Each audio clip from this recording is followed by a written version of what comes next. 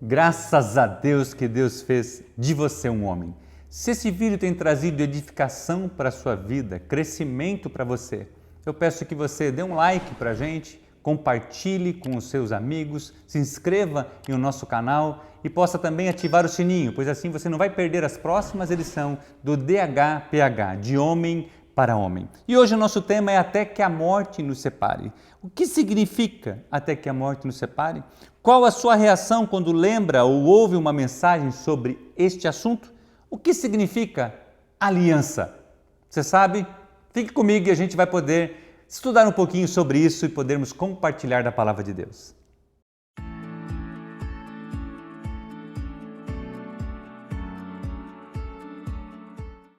Efésios capítulo 5, 25 nos diz: Marido, ame as suas mulheres, assim como Cristo amou a igreja e se entregou a si mesmo por ela.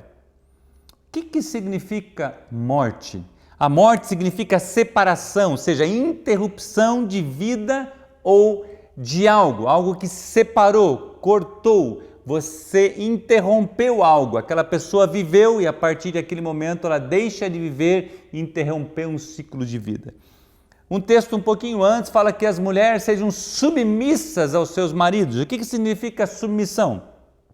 É baseada na condição de obedecer ordens de um superior, sem o direito de tomar decisões livres ou de expressar da forma que bem entender. O indivíduo que vive em estado de submissão é chamado de submisso, é caracterizado pelo excesso de humildade e servilismo.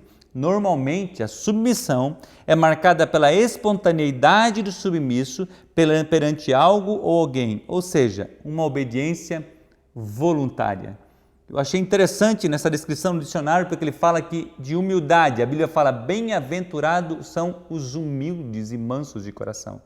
A Bíblia nos fala que os humildes serão consolados. A Bíblia fala que os humildes receberão a graça do Senhor sobre eles.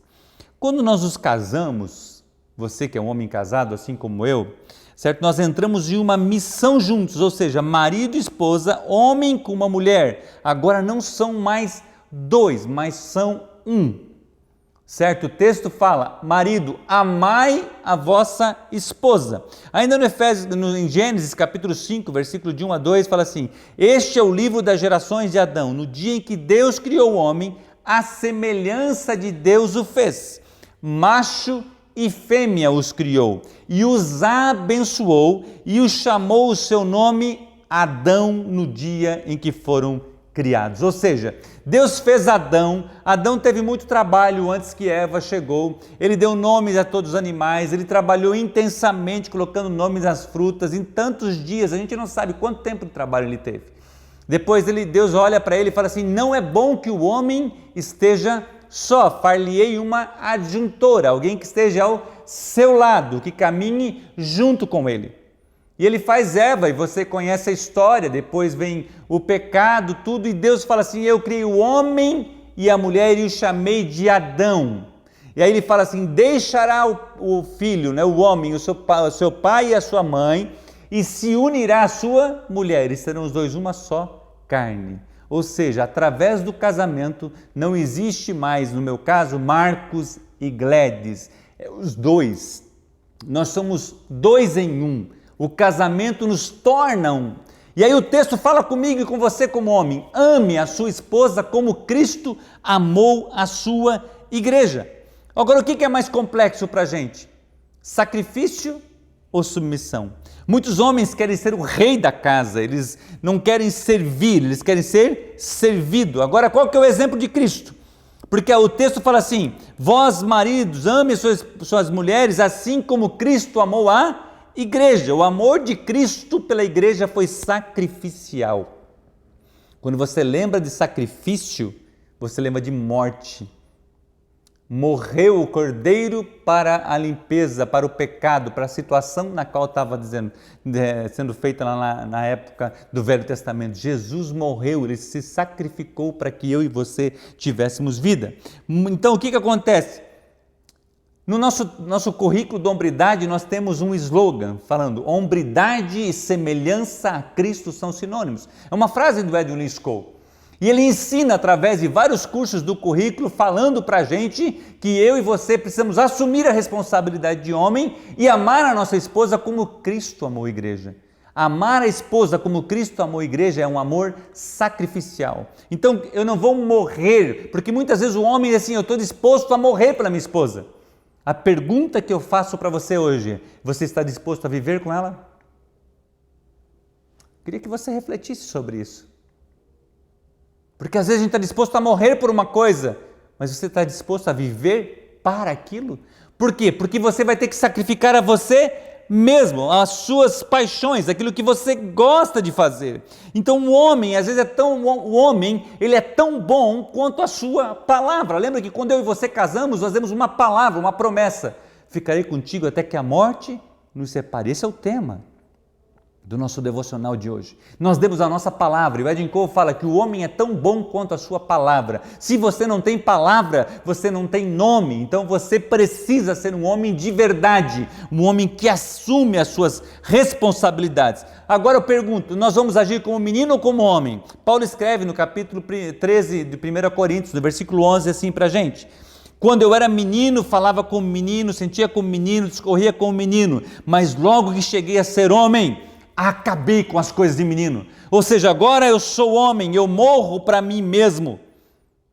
Eu morro para as minhas próprias vontades de menino para ser homem. Eu não posso mais agir assim. Eu faço um sacrifício. Você é um homem de aliança? Seu casamento está por um fio? Ele não precisa de restauração, não. Sabe o que o seu casamento precisa? De ressurreição. Edwin Cole escreve no livro do Marido Irresistível, um curso do currículo Semiana e Hombridade, que os casamentos eles não precisam de restauração, eles precisam ser ressuscitados, assim como Cristo ressuscitou. Por quê? Porque o divórcio é um assassinato do casamento. Quando você toma uma decisão de divórcio, você está decidindo assassinar algo que Deus criou lá no Éden. Não é bom que o homem esteja só. Deixará o seu pai e a sua mãe e se unirá à sua esposa. Então é uma ação que você toma, você está indo no seu casamento porque você quis, você deu a sua palavra. Se a nossa sociedade, se eu e você como homens assumirmos a nossa responsabilidade, sacrificarmos para o nosso casamento será edificado sobre a rocha e você vai viver um pedaço do céu na terra. Por quê? Porque é isso que está escrito na palavra de Deus. O amor é sacrificial. Jesus foi humilhado, foi cuspido, foi rejeitado.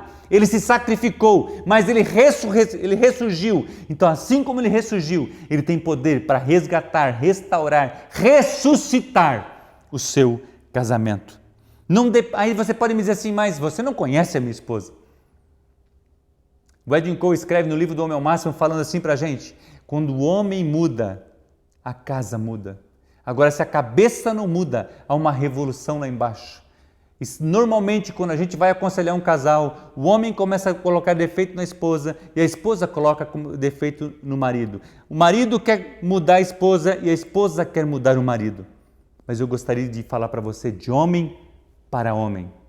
Se você mudar, a sua casa vai mudar. A transformação da sua casa depende de você. A hora que você decidir, o Edwin Cole escreve no livro Integridade Sexual, uma decisão se torna em energia. Quando você decide alguma coisa e você coloca em prática, você vai ver o resultado desse trabalho.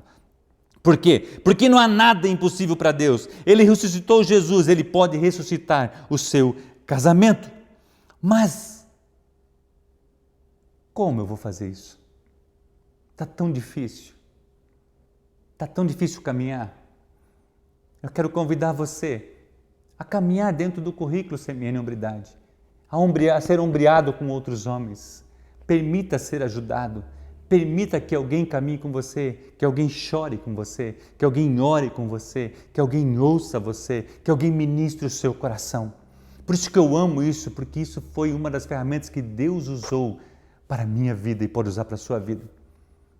Vós, maridos, amai a vossa esposa como Cristo amou a igreja, um amor sacrificial que trouxe vida e vida abundante. O nosso próximo devocional será o exemplo de pai.